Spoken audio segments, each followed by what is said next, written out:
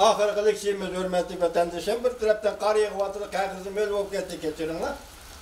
Şinjan'da bastırış bilen dünyanın gazipege doç kelgen jungo aldırap yüzüne aqlaşqa orundu. Mavzula haber 1. ayının 12. günü erkinlik vaqt gezisi ilan qılındı. Haber mundaq başlandı. Muş erkinlik vaqt gezitin çıraylı haberleri birdiken ne bu Tayvan'ın gezitimi bilinmeye kaldım ki vatandaş. Bu erkinlik vaqt geziti ötken 11. ayının 4. günü Uyg'uristonda yanımızdanlık Uyg'uristonda Şinjan'dan nazarband qilingan Uyg'urlarning soni 2 milliondan oshdi deb xabar qilgan edi. Ma esangiz bo'lsa sizga bir yerda misol elik to'g'ri kelib qolsa mushlar asmangiz bu erkinlik vaqt geziti o'tgan yil 11. ayının 4. günü Şinjan'da nazarband qilingan Uyg'urlarning soni 2 milliondan oshdi. Jungo bexatarlik kuzatish kuchini oshirishga başladı. Xabar başlandı. 1 milliondan ortiq Uyg'ur millatini qayta tarbiyalash lageriga qamab olib, siyoset bilan tarbiyalamoqchi bo'ldi. Bundaq bostirish xalqaro jamiyatning ayblashiga uchrab, Jungo doiralari kishilik huquq xiloflik qildi deb tanqid qilindi. Wol ko'chisi gazeti 1. ayning 11. kuni xabar qilib, bundaq ko'rsatdi. Jungo diplomatik munosabatlar va ommaviy vositalar orqali o'zining Şinjanga elib berayotgan bostirish siyosatlari va Şinjanga yo'l qo'yilayotgan assimilyatsiya siyosatini xalqaro jamiyatning tanqid qilishi va norozilik bildirishidan o'g'dab qolmoqchi va saqlab qolmoqchi bo'lyapti. Tashqari dunyo Şinjan vaziyatiga jiddiy ko'ngil bo'lishlarga ergishib, Beijing doiralari tashviqot, targ'ibot, diplomatik bosim orqali krizisni tizginlashga urinyapti. Avvalgi bir necha oydan beri zo'r ko'lamlik tarbiyalash lagerlarining qurilganligini inkor qilgan Jungo amaldorlari endi talaffuzini o'zgartirib, qurilgan kasbiy tarbiyalash maktablarini kengaytirishni tilga olish, oldini olish uchun qurilgan kasbiy tarbiyalash maktablari deb tasvirlab, faal Beijing doiralarining Şinjan siyosatini aqlashga başladı. Diplomatiya jihatda Jungo amaldorlari o'tgan bir necha haftadan buyon chet el hukumatlarining va Birlashgan Davlatlar Tashkiloti kishilik huquq komitetining Jungoning Şinjan siyosati tanqid qilinmasligiga undadi. O'tgan yil 12-da Jungoning diplomat Xitoyning diplomatlari shuna qilyapti, undadi degan Xitoy diplomatlari jumon.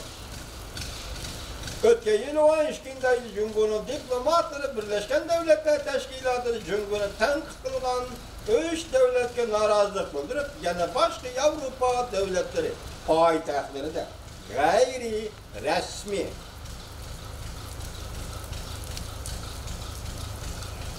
diyalogishdan foydalanib, yana tanqidga uchrashni saqlanmoqchi bo'ldi. Bu xil harakatlar diplomatiya sohasida avvalmush ko'tarish deb ataladi.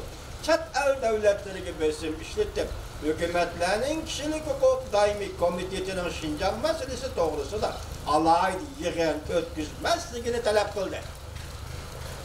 Bundan boshqa Jungo tushunish va hamkorlik namoyishida o'zining do'st davlatlari va o'zlari eg'ir darajada kishilik huquq amaliyoti bor davlatlar diplomatlarining Şinjanni ziyorat qilishiga o'rinlashtirdi.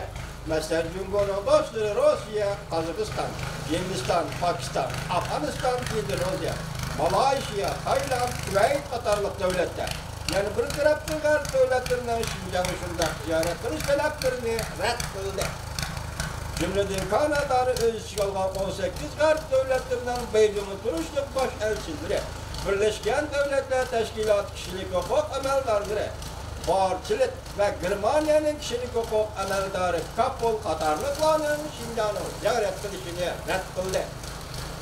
Bir nafar diplomat bundaq ko'rsatdi. Ularga nisbatan aytganda, Jungoga nisbatan aytganda Şinjanni ziyorat qilishdi.